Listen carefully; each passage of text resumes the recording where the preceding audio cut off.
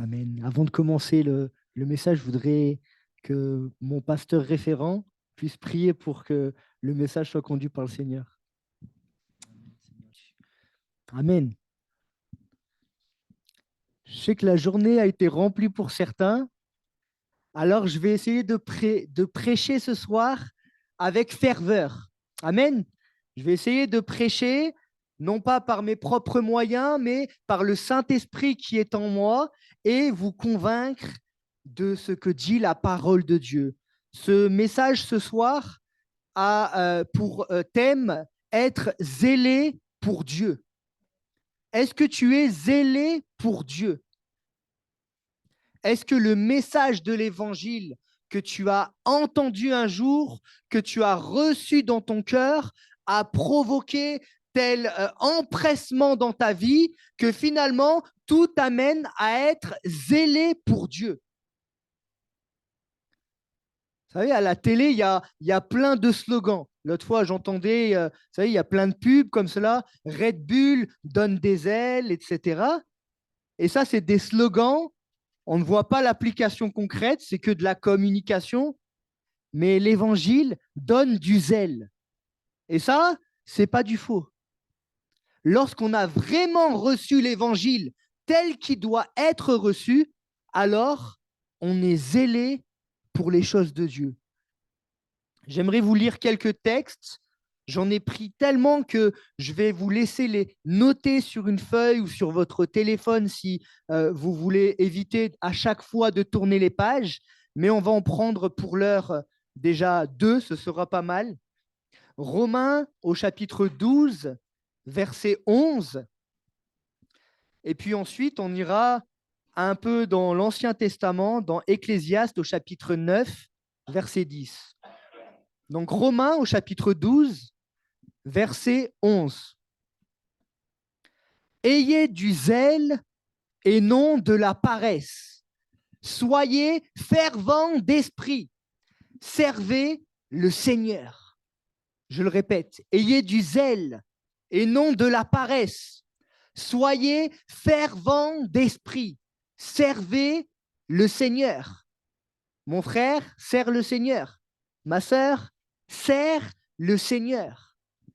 Et Ecclésiaste au chapitre 9, verset 10, où on ne voit pas tel quel écrit le mot zèle, mais c'est une bonne définition, je trouve. Ecclésiaste chapitre 9, verset 10, tout ce que ta main trouve à faire avec ta force, fais-le, car il n'y a ni œuvre, ni pensée, ni science, ni sagesse dans le séjour des morts où tu vas. Donc là, on ne va pas expliquer tout le contexte de ce verset, mais tout ce que ta main trouve à faire, avec ta force, fais-le. Bien sûr, quand c'était écrit avec ta force, il ne faut pas penser que c'est avec nos propres forces, c'est-à-dire humaines, charnelles, que l'on va réussir à faire quelque chose de bon. Il faut prendre conscience que nous sommes faibles, incapables, incompétents de réaliser des choses pleinement bonnes pour Dieu ou pour son œuvre. Mais avec l'Esprit de Dieu qui est en nous, cela devient possible. Et le Seigneur nous dit, tout ce que ta main trouve à faire, fais-le. Il n'y a pas de petit travail à faire pour Dieu, mais toute chose qu'il nous donne à faire est bon. Je l'ai dit déjà à maintes et maintes reprises, mais celui qui prêche ne fait pas une plus grande œuvre que celui qui va amener une personne à entendre l'évangile. Celui qui a une simple petite voiture et qui se dit ce soir j'amène cette sœur ou ce frère entendre la parole de Dieu fait ce même travail que le prédicateur.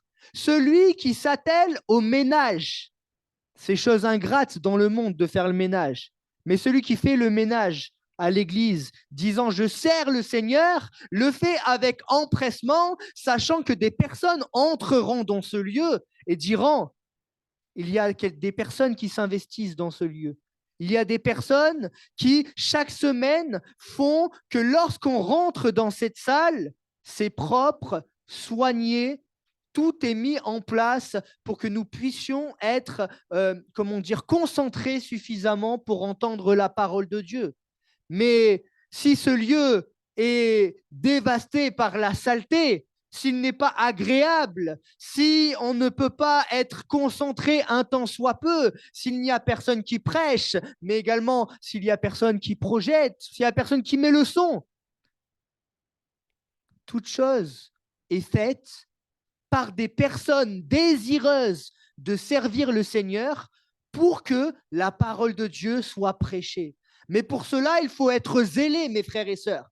Il ne faut pas se cantonner à être, on va le dire comme cela, sur des chaises spirituelles, c'est-à-dire dans un certain confort, mais il faut chercher à sortir de cette zone de confort et dire, Seigneur, puisque tu m'as sauvé, je vais non pas être dans la paresse, comme on l'a lu, mais être fervent d'esprit pour servir le Seigneur.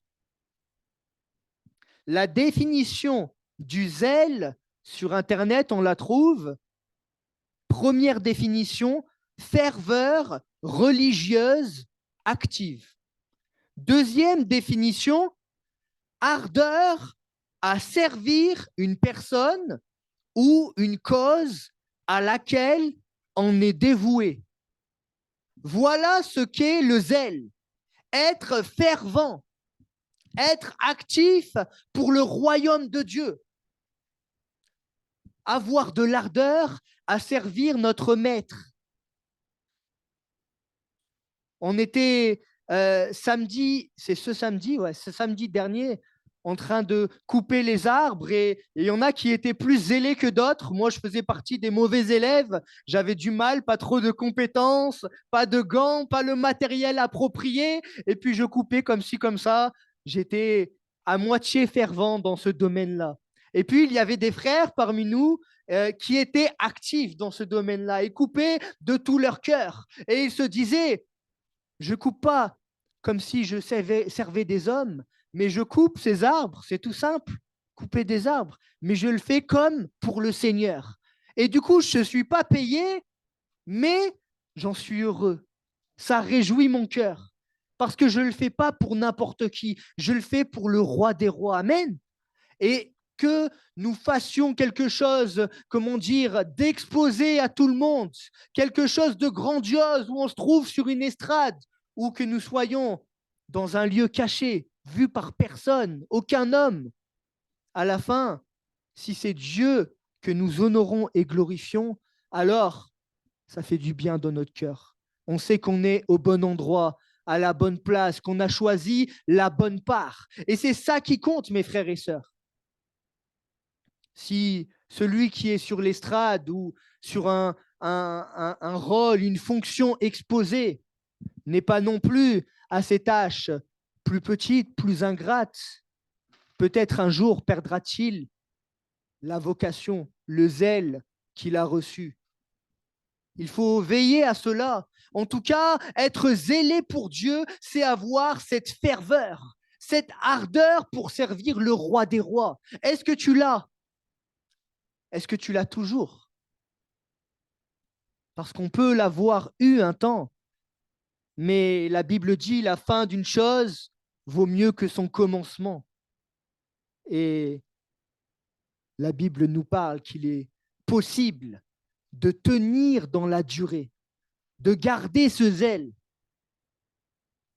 Vous savez, j'ai été une fois troublé dans ma jeune expérience d'enfant de Dieu, où je venais de me faire baptiser. J'avais le feu pour Dieu, et je crois que je l'ai toujours, mais il faut le garder. Et là, un frère, pourtant bien intentionné, m'avait dit cette phrase. Tu vas avoir des épreuves et tu vois tout le zèle que tu as. T'inquiète, ça ne va pas durer. Ça s'appelle un ministère de découragement presque. Hein. Non, j'exagère quand je dis cela. Parfois, en fait, on ne se rend pas compte des paroles que l'on peut prononcer. Il faut faire attention. La personne n'était pas mal intentionnée, mais d'une expérience négative qu'elle-même avait vécue, Elle s'était dit, puisque moi, j'ai vécu des choses qui m'ont peut-être fait, comment dire, vaciller dans la foi, merci ma sœur, alors ça doit être certainement le cas pour tout le monde. Mais j'aimerais vous dire que si vous veillez sur votre foi, si vous entretenez votre foi, alors, même si bien sûr il y a des périodes d'épreuve et parfois on tombe, etc., tu te relèveras et tu seras toujours aussi fervent d'esprit. L'épreuve est même capable de te rapprocher davantage de Dieu et de faire que ce zèle, que ce feu qui est dévorant dans ton cœur puisse prendre toute cette ampleur-là. L'épreuve est comme ce petit bois qui va aller dans ce feu et qui va finalement va le faire grandir. Combien de personnes expérimentées dans la foi pourront dire « J'ai vécu tant d'épreuves, mais c'est ces épreuves finalement qui m'ont permis de me rapprocher davantage du Seigneur. » L'épreuve ne doit pas être l'occasion de se détourner de Dieu, de ralentir dans sa foi, mais doit être comme une opportunité, le voir comme un tremplin, un moyen d'aller de l'avant et d'être toujours plus zélé pour le Seigneur. Ne la voyons pas comme uniquement quelque chose de négatif, que quelque chose de triste. Elle doit être une opportunité pour Dieu de se glorifier dans nos vies. Amen. Être zélé, c'est avoir le feu pour Dieu. Être bouillant pour ce qui concerne Dieu, ce qui concerne les choses de Dieu. Jésus, lui, il était chaud bouillant pour le royaume de Dieu. Il était zélé pour le royaume de Dieu. Et quand on parle d'être zélé, il ne s'agit pas uniquement d'évangélisation, même si c'est le cas.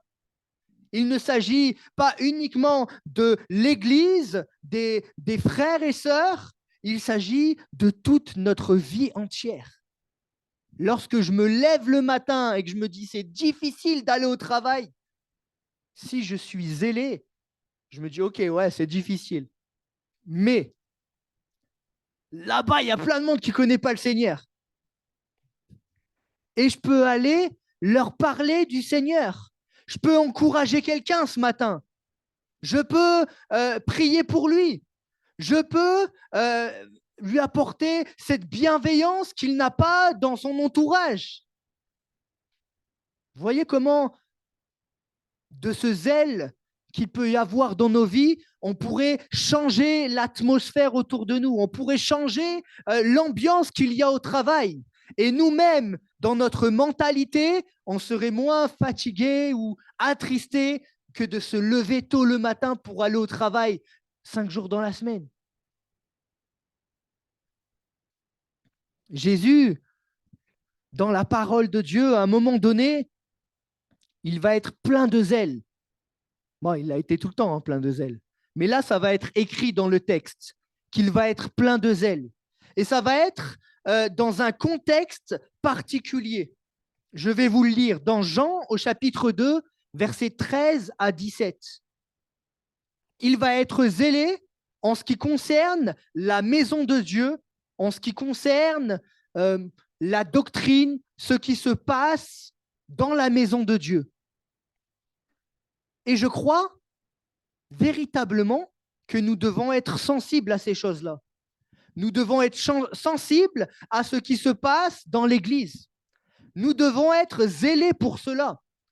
Est-ce que dans l'Église, il se passe des choses correctes qui honorent Dieu, ou il se passe des querelles, de la médisance, des tromperies, des affaires d'orgueil, où des personnes veulent, empêcher d'autres de servir, ou je ne sais pas, des choses comme cela, où on vend pour gagner un gain qui ne serait pas pour Dieu, où on cherche à se montrer, vanité des vanités, etc.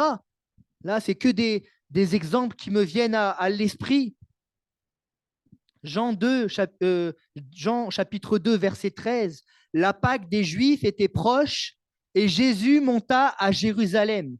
Il trouva dans le temple les vendeurs de bœufs, de brebis, de pigeons et les changeurs assis. Ayant fait un fouet avec des cordes, il les chassa tous du temple, ainsi que les brebis et les bœufs. Il dispersa la monnaie des changeurs et renversa les tables. Et il dit aux vendeurs de pigeons, ôtez cela d'ici, ne faites pas de la maison de mon père une maison de trafic. Ses disciples se souvinrent qu'il est écrit, le zèle de ta maison me dévore. Nous devons être zélés pour ça, mes frères et sœurs. Ce n'est pas uniquement, malheureusement, en dehors de la maison de Dieu, en dehors de mes frères et sœurs que se passent des choses comme cela, mais également dans l'Église, il peut s'immiscer des choses qui sont contraires à la parole de Dieu. Là, dans ce cas-là, des personnes qui vont utiliser la foi pour faire du commerce. Et ça existe dans les églises. Des gens qui utilisent la foi pour être connus, pour faire du commerce, gagner de l'argent, pour avoir une certaine renommée, une popularité. Mais en 2023, si Jésus physiquement était présent sur terre, il l'est par le Saint-Esprit, bien sûr, s'il était présent physiquement sur terre, il ne serait pas le bisounours prétendu de certains et certaines, mais le zèle de la maison de Dieu le dévore toujours et il y aurait le fouet aussi. Ça doit nous alerter. Je pense que pour cela, on doit être zélé aussi. Je ne dis pas de s'amener à l'église avec un fouet, vous avez compris. Je dis que nous devons être sensibles à ce qui est bien, ce qui est mal, et être capables de le dénoncer. Une fois, j'ai vu une sœur refuser de tenir la main à un frère qui était d'une couleur différente. Et j'ai dit, mais Seigneur, ta grâce. Puis à l'époque, j'étais très jeune converti. Je n'ai pas osé prendre la parole, dire quelque chose. Mais à présent, ce que je ferai, peut-être pas dans le cadre de directement, ouvertement devant tout le monde, mais je prendrai à part la personne et je lui dirai ça, ce n'est pas la gloire de Dieu. Vous voyez? Et ça doit, comment dire, nous alerter parce que si sur certains points, nous ne sommes pas sensibles, c'est que nous n'avons pas ce zèle comme Jésus l'a. L'injustice doit nous préoccuper. Les choses contraires à la parole de Dieu doivent nous préoccuper. Si Christian, que vous voyez là, prêche des choses qui sont contraires à la saine doctrine, ça doit vous préoccuper et vous devez vous sentir à l'aise de dire là, c'est faux. Jean chapitre 82, ça n'existe pas, Christian. Voilà. On doit être capable de le dire. J'ai déjà vu dans des églises, pas dans les assemblées de Dieu, mais je suis allé une fois dans une église où une personne citait un verset qui n'existait pas. Et puis les personnes n'ayant pas la Bible avec eux ne savaient pas que ce verset n'existait pas.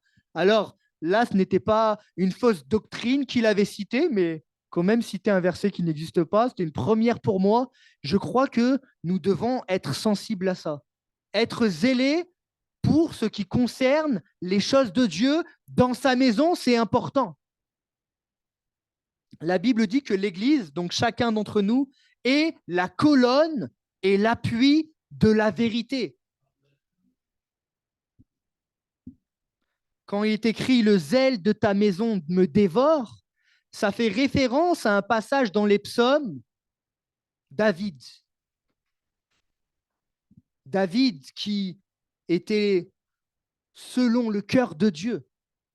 Et pourtant, il va être persécuté. On va vouloir lui ôter la vie. On va vouloir lui faire du mal. Et il dira, car le zèle de ta maison me dévore, et les outrages de ceux qui t'insultent tombent sur moi. Il faut être conscient qu'être zélé pour Dieu, ça peut avoir des conséquences. Et malheureusement, pas tout le temps les bonnes. Si on vous enseigne uniquement un évangile qui va vous sortir d'affaires quand ça va mal uniquement, certains prêchent même que l'évangile, ça va te faire devenir riche, etc. C'est faux. Jésus, sinon, elle ne serait pas née dans une étable. Il serait né dans un grand hôtel. Si on vous enseigne uniquement ces choses-là, c'est tronqué. C'est une parole falsifiée. La Bible dit qu'il y a des combats qui sont d'ordre spirituel, qu'il y a des adversaires de l'évangile. Il y a Satan et ses démons. Et ça, c'est une réalité. Celui qui n'est pas zélé pour Dieu n'inquiète pas Satan et ses démons, n'inquiète pas les adversaires de l'évangile et ne seront donc pas persécutés. Mais si tu aimes Dieu, si tu veux le servir, te donner entièrement pour lui, que tu as cette ardeur, que tu es fervent d'esprit comme on l'a lu, alors là, tu as de quoi être attaqué. Parce que tu inquiètes ce royaume ennemi, ce royaume adverse. C'est parfois délicat à comprendre, mais que de le comprendre et d'agir malgré tout en défenseur de la vérité, fervent d'esprit, c'est se prendre position pour le royaume de Dieu. Ça ne veut pas dire que l'on n'a pas le droit d'être découragé un moment. Ça ne veut pas dire que ça ne va pas être dur. Mais celui qui combat pour la vérité, il sait pour qui il combat. Il sait pourquoi il combat. Et il sait qu'il ne combat pas seul et que ce n'est pas lui qui est devant, mais c'est Jésus qui marche devant et qu'il est à sa suite. Dans la parole de Dieu, il y a des hommes qui ont été vraiment découragés. Élie qui voit des choses glorieuses, qui met en application la parole de Dieu et la chose arrive. On l'a entendu il y a très peu de temps. Ce feu qui descend. Il reste tout seul. Tous les prophètes se font tuer.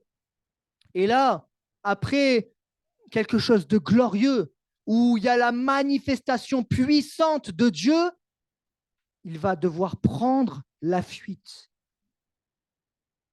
Il va devoir prendre la fuite, il va avoir peur, il ne sait pas ce qui se passe dans sa vie, pourquoi ça arrive, pourquoi il vit des choses si glorieuses, mais en même temps des choses si difficiles.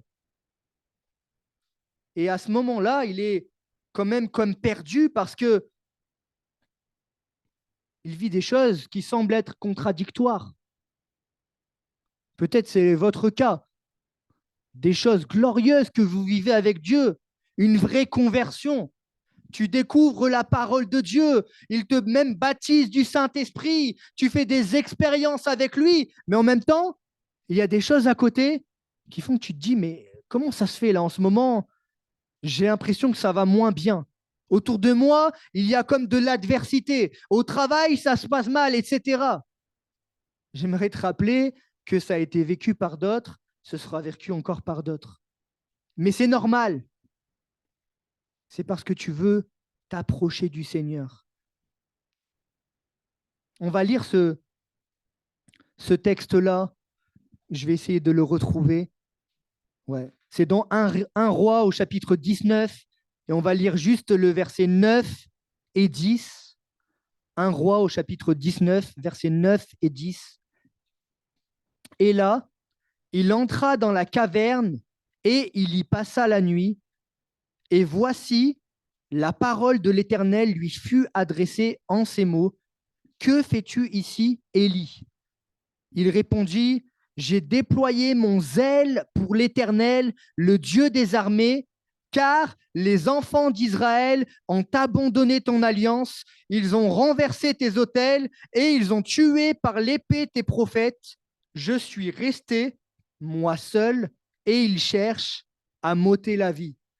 Là, c'est un contexte quand même particulier que vit Élie, mais il y a comme une résultante, malheureusement, à ce zèle qu'il a déployé pour l'Éternel. J'ai déployé mon zèle pour l'Éternel, le Dieu des armées, car les enfants d'Israël ont abandonné ton alliance. Ils voient que les enfants d'Israël arrêtent de servir Dieu, se tournent vers les idoles, vivent, pratiquent l'idolâtrie. Parfois, c'est un peu de Dieu, un peu des idoles, etc. Et le zèle de la maison de Dieu le dévore. Alors, il va parler de la vérité, il va proclamer le royaume de Dieu, il va parler de Dieu, de l'Éternel, et il va être persécuté. La conséquence, c'est que les prophètes qui vont s'atteler à dire la vérité, à garder leur ligne de conduite, vont être persécutés. Et du coup, il va se replier.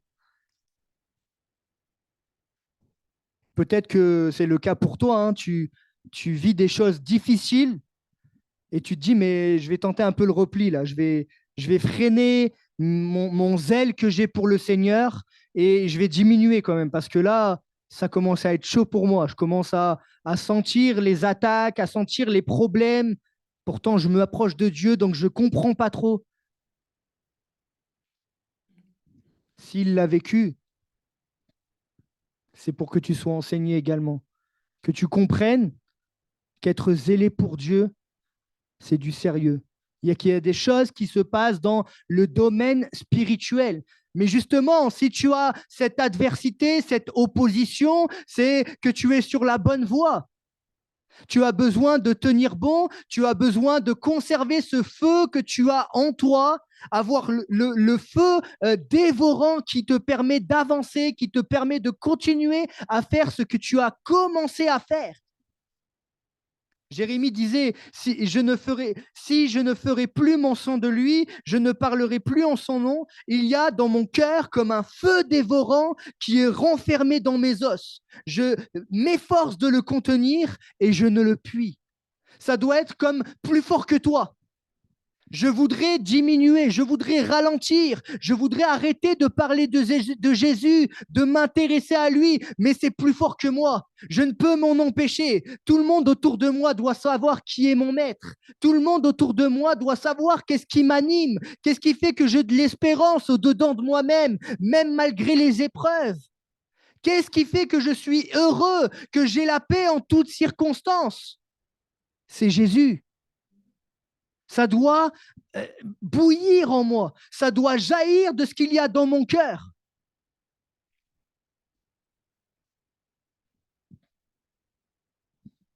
Avoir le zèle, c'est avoir ce feu pour Dieu.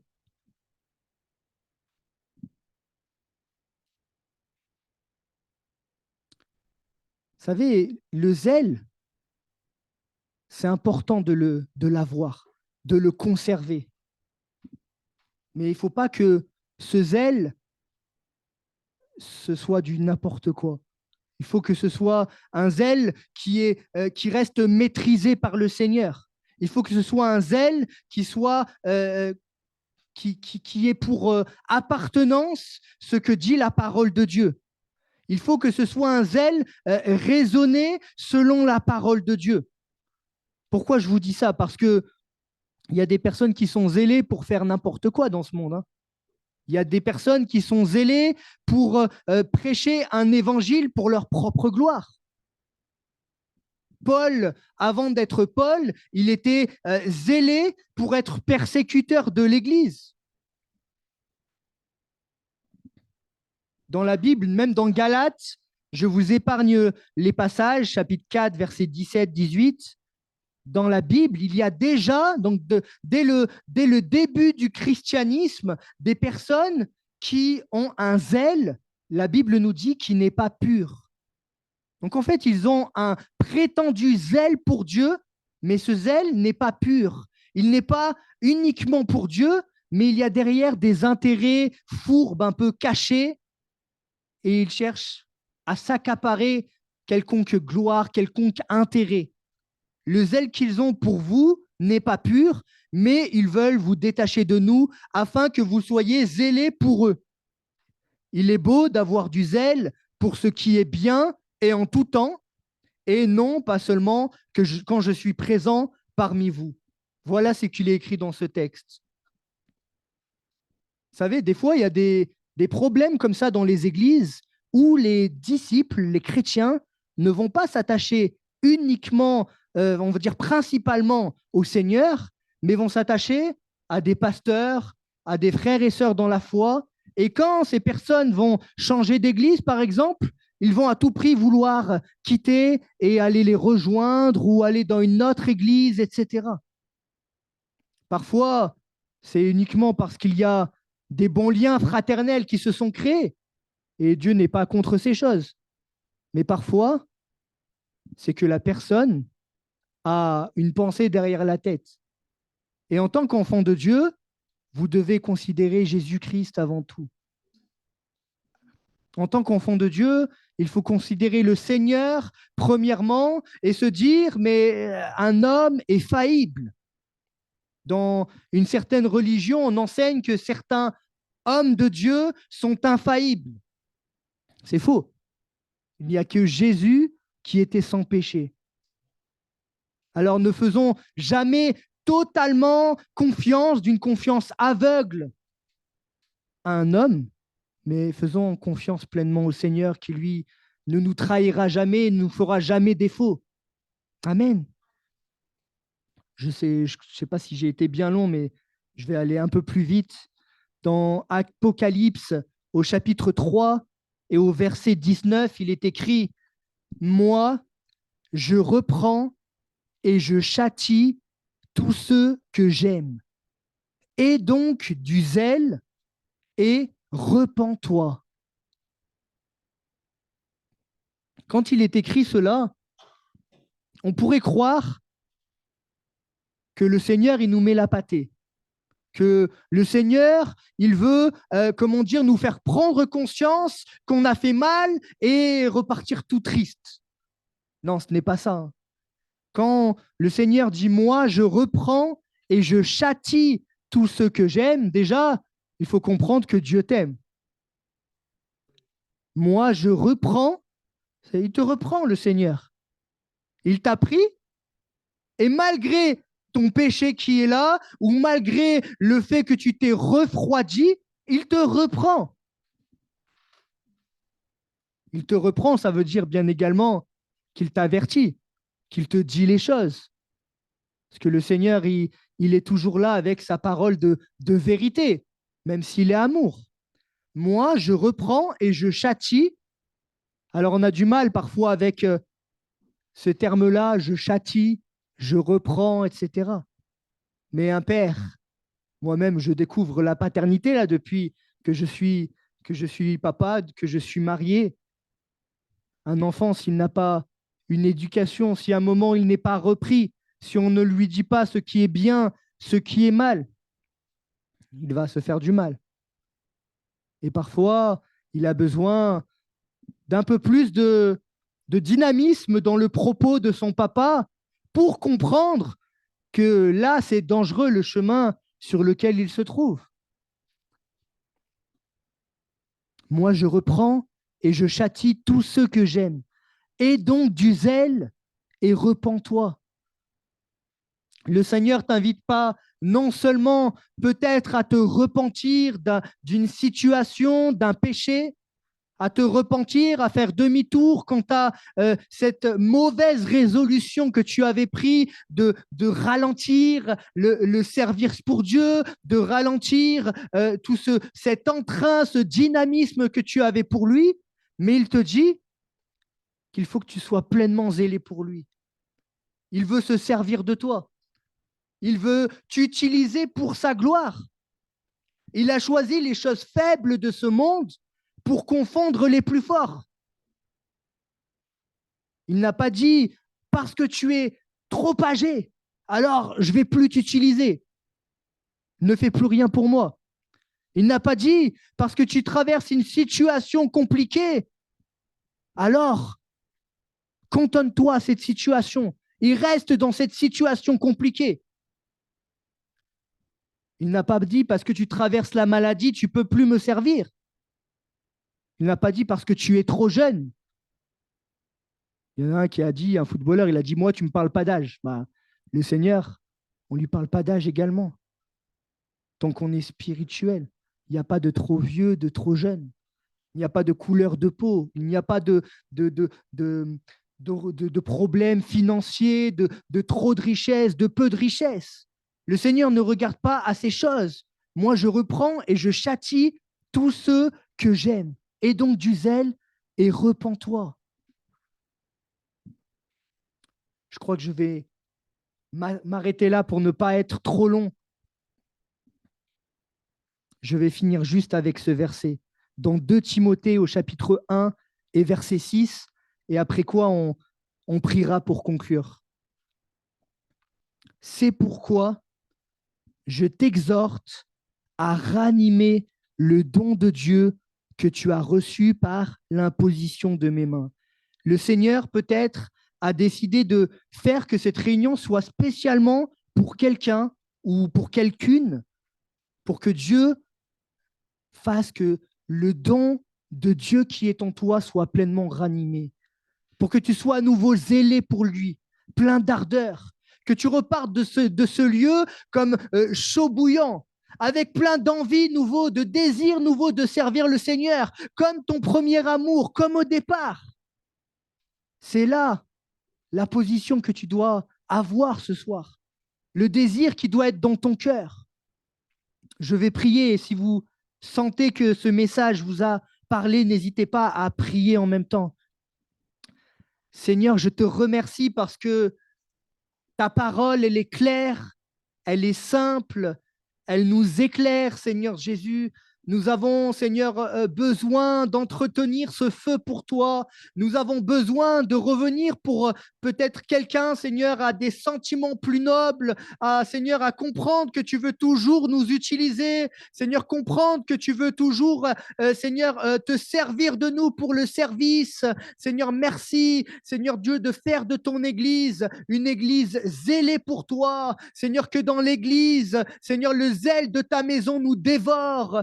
Seigneur, qu'on ait en horreur le péché. Seigneur, tout ce qu'il pourrait y avoir qui n'est pas à ta gloire, que ce soit chassé de la maison de Dieu. Seigneur, on veut être zélé pour parler de toi autour de nous, parce que ton retour est proche. Seigneur, on ne veut pas se décourager ni se lasser, mais on veut être la lumière du monde, Seigneur Jésus. Seigneur, on est conscient, Seigneur, que, Seigneur, en étant zélé, Seigneur, on marque une différence. Et Seigneur, on peut être comme persécuté, Seigneur, dans notre vie à cause de notre foi. Mais Seigneur, si tu es avec nous, alors, Seigneur, qui est-ce qui peut nous faire du mal? Seigneur, si tu marches avec nous, qui sera contre nous? Merci, Seigneur, de ta fidélité. Merci de nous rendre bouillants pour ta gloire. Que ton nom soit béni, Jésus.